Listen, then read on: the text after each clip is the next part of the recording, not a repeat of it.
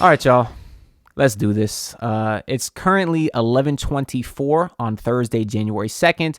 Just a couple hours ago, the Heat finished their game against the Pacers. They got absolutely blown out start to finish. And of course, in Jimmy Butler's post-game press conference, he made some comments that made it seem that he no longer wanted to be in Miami. But here we are where I'm just going to say it's an official trade request. That's exactly what this is. As about 10 minutes ago, Shams Charania and Brian Windhorst put out a joint article for ESPN basically saying sources, Jimmy Butler indicates that he wants a trade.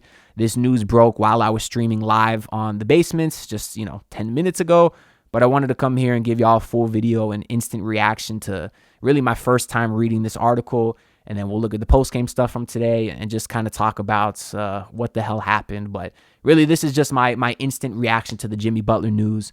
I was going to say I haven't had a lot of time to really process this, to even understand if this is real or if it's going to change or who the hell knows. But I should have expected this because this has really been coming to a head for the last month and probably a lot longer behind the scenes. But anyways, in this Shams and Brian Windhorst article, he says six-time All-Star Jimmy Butler has indicated to the Miami Heat that he wants the team to trade him. League sources tell ESPN. Butler does not plan to furnish the Heat with a list of favorite destinations. Sources told ESPN he's open to playing anywhere other than Miami. Wow. And feels he can turn any team into a contender no matter where he's moved. That's wild. Wow. That lets you know that he genuinely hates this team, I guess. I don't think he hates his teammates. The coach, Spo, I'm unsure at this point. There was some other comments he made today with regards to his role on the team currently that I'm really unsure now how he feels about Spo. But anyways, he says he does plan to take part in all team activities and will plan to do whatever the Heat ask of him during the process. Heat officials did not immediately return to the messages Thursday night. And then I did skim through the rest of this article already, and it's basically just talking about the game today and his other post-game quotes, which we'll get into. So yeah, if that's not an official trade request, I don't know what the hell is. Let's pop back to Twitter here. Let's see if anything new happened. Heat clips, man. They trying to make me cry off rip here. What a fun player to watch, man. And it's a damn shame that it had to end like this. It's a damn shame. God, not now, Miami Heat. Yeah, that's facts. Admin posting this and ignoring what's going on as they posted a Khalil Ware graphic. Yes, Khalil Ware was awesome today, but you got to know what the replies are going to be at this point. We also have another quote here that says, an issue that led to Butler's decision was an implication from team officials Thursday that he hadn't played his hardest in the Heat's victory Wednesday over the Pelicans, playing in his first game in 13 days after being away with an illness. Heat coach Eric Spoelstra did not play Butler in the fourth quarter of either game this week. Yeah, Jimmy is mad. Oh my God, he's mad. We got a Barry Jackson thing here. Barry said, I'm telling you, if you have to take back bad money and get no first in the deal, the Heat is better off not playing him if he's uncooperative. They could work out personal reasons as absence and get flexibility next summer with two large exceptions. The Heat wouldn't get the full $50 million that he's owed because they still are above that first apron. But I believe it's in the high $30 million that Jimmy Butler, or the high $30 million that the Heat will be opening in cap space. So that would kind of be our flexibility next season. But yeah, all these other tweets are basically just the same thing here. I already bookmarked a couple from today's post game that I kind of want to get into. This, of course, here is from Alex Toledo, who in the part that I want to actually note here. Where's the comment here? It's coaching, but I know who's. Oh, this is Bam Adebayo's comments. I want to actually skip forward here. He had another one. Here we go. So this is Jimmy Butler on. That's not it. This here is Jimmy Butler on his focus. He said, I felt great. I felt like I was focused. I feel like I did my job, or at least what my job is now. And on his new role, he said, it can be my role here. That's not what I'm used to being. I haven't been since my first or second year in the league where I'm just playing defense. I competed, I guarded, I didn't let my man score. I don't understand. That's a guy who's gone. If you ever played pickup basketball and you lost the game and you said, "Oh, well, at least I did my job," that's means you don't like your team. And I don't know how it got to this point. Like, he's talking about his role. So this is why I'm questioning if he's really frustrated with Spoelstra. Like, what does he mean his role? Does Spoelstra have him off ball this year? When did this come about? I just feel like this is so random that he's now complaining about his role on the team. I feel like before this, it was more so frustration with Pat Riley's comments in this past offseason. It was his frustration with the Heat failing to add another star around him. But now this talk of his role, that's just new to me. I don't understand where that came from. And then if you do want to get to Bam's quotes here, Bam said on Jimmy, this is what he said on Jimmy: "We lose the game. Obviously, he's frustrated and feels like he's standing in the corner. For us, keep the main thing, like our coach always tells us." And then this is Bam on how Jimmy's comments affect the team. Bam says, "How else are you going to deal with it? You go out there and play basketball still. We have to figure out how to win games and push through." And on what they can do about Jimmy's role, he said, "I mean, it's going to take time. That's one thing. It's a coaching thing, but I know Spo will figure it out." And on if this is the first time he's ever heard Jimmy indicate he wants out, I'm sure all the players have heard things. But Bam said, "Yeah, you hear all the outside noise and we block it out as a team because at the end of the day, we still gotta go out and play basketball and win games. We gotta let Jimmy, Spo, and Pat handle that." I don't know what to say about the role thing today. And then you look at this picture. This is, Dunk Central posted this courtesy of McDaniel's burner V2. Everyone's standing up except Jimmy. I don't know. I look at this and I say that's not a role thing. He could still stand and support his teammates. And I know there was other times today where he was clapping and stuff, and I don't want to just make a big deal about a screenshot. I hate when people do that because it's a screenshot. It's not the video, but it's not a good look. I mean, when you can see every single player standing, from old-ass Kevin Love, who doesn't play anymore, to, Hayward Highsmith, Isaiah Stevens, they're all standing. They're watching Khalil go off, and Jimmy looks dejected. I don't know how to feel about that. I don't want to really play the blame game right now on either him or the front office, but here's what Spo said on Jimmy Butler's role. He said, that's not it. Here's what Spo said. Spo said, "Got to get him activated, put the ball in his hands, even if it requires him playing point guard." So get Jimmy involved. You weren't before. I don't understand. Here's Tyler's reaction to basically Jimmy's comments.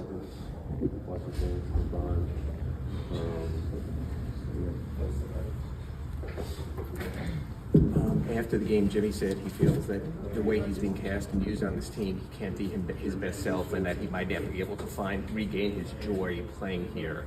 For someone in the locker room who's been with him for such a long ride now in your 6 years, what's your reaction when someone says something like that in a post-game interview?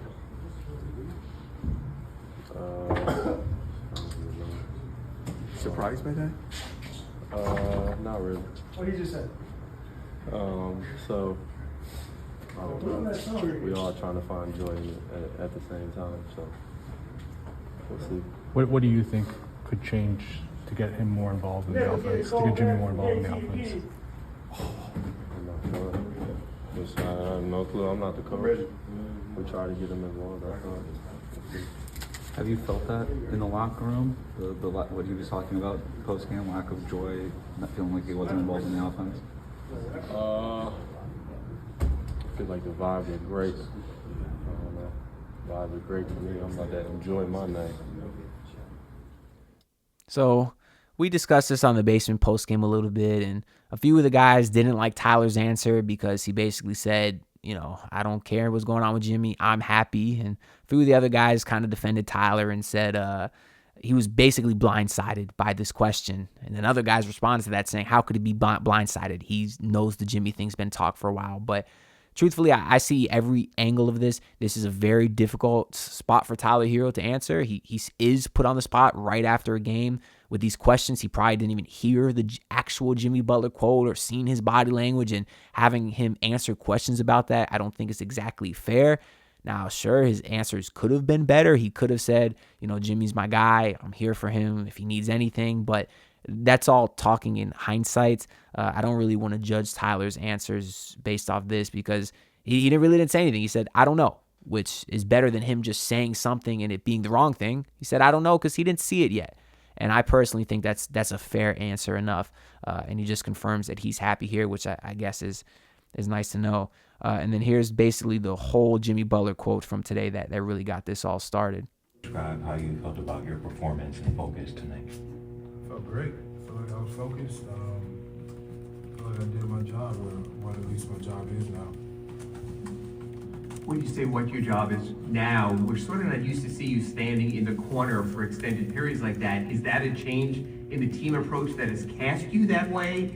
And for you to be your best version of yourself, can that be your role and you thrive to the best of your ability? It can be my role here.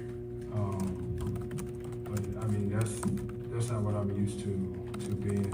I haven't been that since, I don't know, my first, second, third year in the league, where I just went out there and played defense. But I competed, I guarded, I try not to let my man score. But that's what I'm doing now. Well, Coach was in here saying he wants to get you more on the point and get you more activated. So is that something that you're amenable to? And is that something that might be necessary to get you back closer to the top of your game and your form? That ain't gonna fix it. Jimmy, when do you feel like your role in the offense changed, and what has been the toughest adjustment to that change? It's not a tough adjustment to me. I'm going out there to compete to win either way. Whether I scored 9 points or 29 points, I will compete. That's one thing that I will say. So you won't say that I'm out there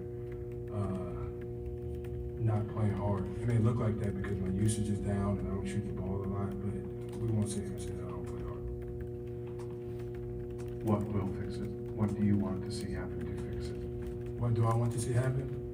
I want to see me get my joy back from playing basketball. And wherever that may be, we'll find out here pretty soon. But I want to get my joy back. I'm happy here, off the court. But I want to be back to somewhere dominant. I want to hoop. And I want to help this team win. Right now, I'm not doing that. Can you get your joy back here on the court? Probably not. Yeah, so that's kind of what we started this video talking about. The Shams one, we'll call that an official trade request. But to me, this is it. That's as official as a trade request you can get. Can you get your joy back here? Probably not. He said, I'm happy here off the court. I got so many questions as to what the hell happened. What is he mad about? Because we talked about it a little earlier. He said he was mad about the Pat Riley comments and not getting help, but now he's talking about his role. And even in this whole 2 minutes here, he's talking about how he tries hard. His role is playing defense. He's relegated to standing in the corner now. He doesn't have the ball in his hands. His efficiency's up, but his shot selections are down. Like, just to share a little bit of my thoughts on all that, it's like, whose fault is that? Because okay, we can blame Spo for, I guess, not giving Jimmy opportunities to be himself, but at the end of the day, Jimmy's the star player. You want the ball, go get the ball. And just from watching these games over the last several seasons, you can tell there is games where it's not Spo. It looks like Jimmy just doesn't want to care. He has these games where he just, quite frankly, plays lackadaisical. And I always was okay with it because you got playoff Jimmy at the end of the day. And as a rising star whose body takes a lot of beatings and bruises every game due to his play style, I was cool with, some of the lackadaisical efforts because he needed to conserve his body. That was just the reality of it. So hearing these quotes from Jimmy Butler, I'm just really confused now because I don't think he's a liar. I do think he's a guy that competes, but I don't see any excuse for his play in the 9 points today, 9 points last game. I know he didn't play in the fourth quarter this game or last game. That could be a Spo decision for sure, but I'm just completely at a loss for words now on what exactly happened over there over the last who knows how long at this point. I posted a video a couple weeks ago basically saying whose side I'm on. Of course, this whole Jimmy Butler conversation has led to a big discourse online and in person of really two sides of Heat fans, the side that backs the front office and the side that backs Jimmy Butler. And you can check out my video from a couple weeks ago because I really went in depth on that. But basically, I think that both sides can be to blame for this, just to kind of recap it real quick, because Pat Riley and the front office, when I say Pat Riley, I'm talking about the whole front office, their job is to build a contender. And this team has failed to win a championship. Therefore, they have failed this build. And that's just the reality of it. Now, at the same time, if Jimmy Butler would have played harder in the last few years in every game that he played, if he would have, if he didn't ask for Kyle Lowry, I do put blame on Jimmy Butler for that.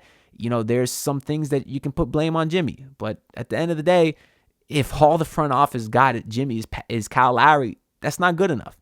They failed to achieve the ultimate goal. And as fun as this Jimmy era was with Heat Nation, and as much relative success as they've had compared to other organizations, they failed to achieve the ultimate goal. That's just the reality of it. And it's the front office who builds this team. So therefore, I'll put the most blame on them. But I don't know. Jimmy also hasn't been the most available guy. And that's kind of what I think started all this in the offseason when Pat said I didn't want to pay Jimmy because of the availability stuff. And then Jimmy comes into this season and he misses 30% of the game. So I don't know. Yeah, people are going to start posting this video of Jimmy versus the Bucks, and that's just going to make me quite literally feel sick. I don't even want to watch that right now. Yeah, we got all other kind of stuff here. Yeah, Heat Nation or Heat vs. Hater says feels like the Heat will deal him for a good package or send him away from the team until the offseason. Yeah, I don't know. There'll be a whole bunch of tweets and stuff that come out over the next. Here we got a Jimmy and Curry Photoshop. Yeah, I don't know. No hard feelings towards Jimmy, although, like I said, I do think he's to blame for some of this, although not majority of it. Wherever he does end up, you know, if he ends up somewhere else, I suppose there's an off chance things can work out the Heat and they stay together. Who the hell knows what's going on behind the scenes? Maybe I'm just wishful thinking, but at the end of the day, I'm always a Heat fan first. I root for the Heat over anyone, but I do wish Jimmy the utmost success. I think he's a great person. I think he's a great guy, and he's brought me so many, truly countless amazing memories and great times as a Heat fan, and he took this team out of mediocrity and made them fun to watch. So I don't know. We'll be doing a ton more about this. I don't want to talk for an hour here because I certainly could. This is just my instant reaction, so we'll see what comes out later. And I'll continue to keep y'all updated, so make sure to like, comment, and subscribe. We're currently less than 80 subs away from 6K, which is dope. So I'll see y'all in the next one, I guess. Peace out. Look, pull up in your city, tryna get that dead face. Do it on my own, I don't need no dead weight. Had to kill him off, yeah, I need a head space. You know this homegrown bitch don't offend me.